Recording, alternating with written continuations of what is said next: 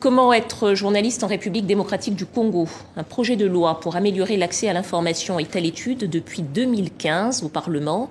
Mais dans ce pays, en crise politique, la situation des citoyens se détériore, tout comme celle des journalistes. Reportage à Kinshasa de Francine Mokoko avec Emmanuel Godard. Il y a quelques jours, Peter a été appelé pour une affaire étrange. Il est directeur du Vrai Journal et cela l'intrigue. Joël Ituka Mbanga a été enlevé dans des circonstances troubles.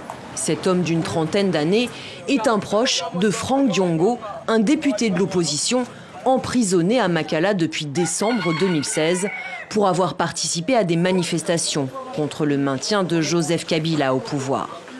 Alors aujourd'hui, Peter va rencontrer le frère de Joël.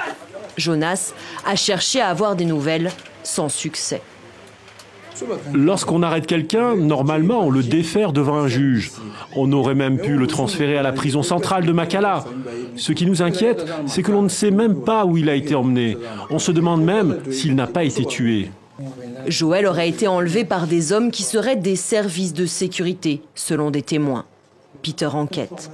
En décembre 2016, Joël a été convoqué par le bourgmestre de Matete, soupçonné de vouloir attenter au pouvoir du président. Peter tente de questionner le bourgmestre. Du Vrai Journal. Je suis en réunion avec mon chef, avec le gouverneur.